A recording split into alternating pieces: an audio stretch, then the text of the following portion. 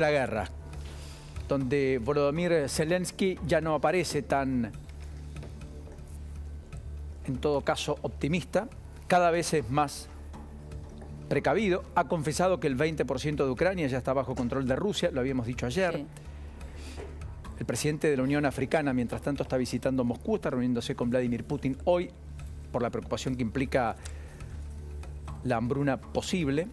Financial Times ha asegurado que Vaca Muerta va a reemplazar la energía rusa que necesita Europa, si eso que finalmente ocurre a propósito de tener incentivos a las inversiones, cosa que no necesariamente viene atado lo uno de lo otro. Pero está Inés Capdevila para contarnos más detalles de lo que ha sido y lo que está haciendo de devastador esta guerra con casi 3 meses y medio desde el arranque. Inés, bienvenida, buenas tardes, ¿cómo andás? Hola Paulino, ¿cómo estás? Muy Hola bien. Elio. Hola Inés. ¿Qué tal? ¿Impresiones?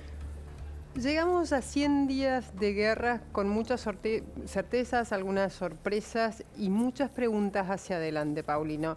Las certezas es, el poder militar ruso no era tan arrollador como se estimaba antes del 24 de febrero, pero aún así fue capaz de causar destrucción, muerte y muchas disrupciones, no solo en Ucrania, sino en el resto del mundo, fundamentalmente en Europa.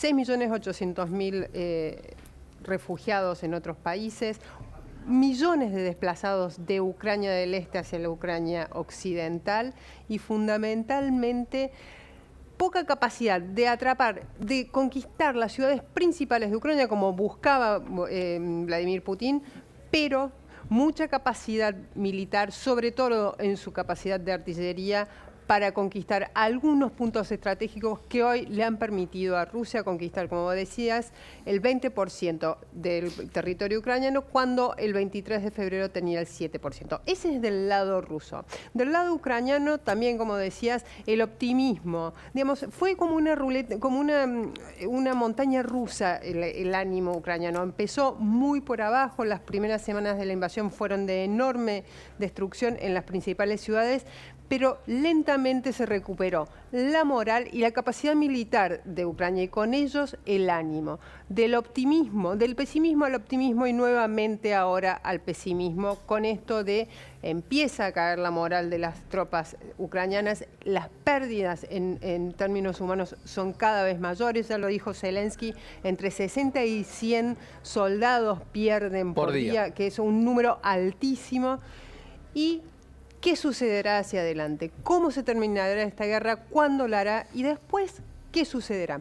¿Cuándo terminará esta guerra? Ayer, esta semana, Vladimir Putin dijo que esperaba que para el 1 de julio, es decir, de acá 3 o 4 semanas, ya esté completada la fase central de la guerra. Lo que pasa es que todavía no sabemos cuál es la fase central. ¿Cuál sería? Porque es muy poco transparente, digamos, la comunicación, no ya de Rusia con el mundo, sino del Kremlin con el resto de los rusos. En principio se cree que es el este de Ucrania, pero ¿será solo eso si Rusia se siente reforzada en esta nueva ofensiva, en este nuevo capítulo de la ofensiva militar que lo lleva a ir ganando terreno en el este? ¿Será solo ese? ¿O será mucho mayor? ¿Será hacer lo mismo que ya hizo con Kherson en el sur, con Zaporilla en el centro del este ucraniano? ¿Será atrapar territorio, conquistarlo y ocuparlo como se había encargado de Putin de decir antes de la guerra que no haría? Bien, esas son las preguntas para Ucrania y para el resto del mundo, no solo cuándo terminará esta guerra, cuándo aquellos commodities, aquellos números que están hoy agobiando la economía global y la acercan a una recesión, podrán estabilizarse para que el mundo recupere un cierto dinamismo que lo saque no ya de este capítulo negro de la guerra, sino también del capítulo anterior, que es el de la pandemia. Claro. El impacto económico que bien estás marcando, Ine. Y por último, digo, bien cortito nada más, vos hablabas del costo humano, de estas cifras que mencionaba Zelensky. Digo, ¿se puede hablar de cifras reales o esto, digo, hay que dejar pasar mucho tiempo para saber cuál fue el costo humano que tuvo esta guerra? Esta guerra, el otro día al repasar los números, pensaba que otras guerras recientes, no hablemos ya de guerras de hace muchos años, las otras guerras recientes era más cierto el número, tanto de víctimas civiles como de víctimas militares. Acá es tal la manipulación de la información por parte de ambos lados, tanto ruso como ucraniano, que es muy difícil acceder a cifras ciertas sobre el número de bajas militares de un lado y del otro, y el número de bajas civiles. Ahora bien, ¿cuáles son los indicios que nos muestran que ambos bandos están sufriendo enormemente? Esto que decía Zelensky ayer, este Zelensky más sombrío y más precavido, como decías vos, Paulino, 60 a 100 soldados por día. Es enorme la cifra. Es cierto también que Ucrania está probablemente en el momento de mayor debilidad militar de estos 3 meses y medio. Y por el otro lado, ¿cuáles son las bajas militares rusas? Sabemos que Rusia tiene muy pocas bajas civiles, casi ninguna. Pero, ¿cuáles son las bajas militares?